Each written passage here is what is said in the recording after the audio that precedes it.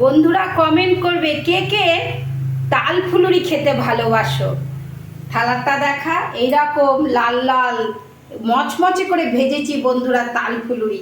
এর মানে তুলনা হবে না, সত্যি কথা বলতে এর জুড়ি মেলা ভার। প্রত্যেকটা একদম গোল গোল বলের মতো হয়েছে মা। বলের মতন। আর বেশিরভাগ লোক এখন কিনে খায়, বানাতে না অনেক খাটুনি, বানাতে অনেক খাটুনি, বেশিরভাগ লোকই এখন কিনে খায়। কিন্তু আমরা কোনো কিছু কিনে খাই না, আমরা একটু মানে করে খেতেই ভালোবাসি।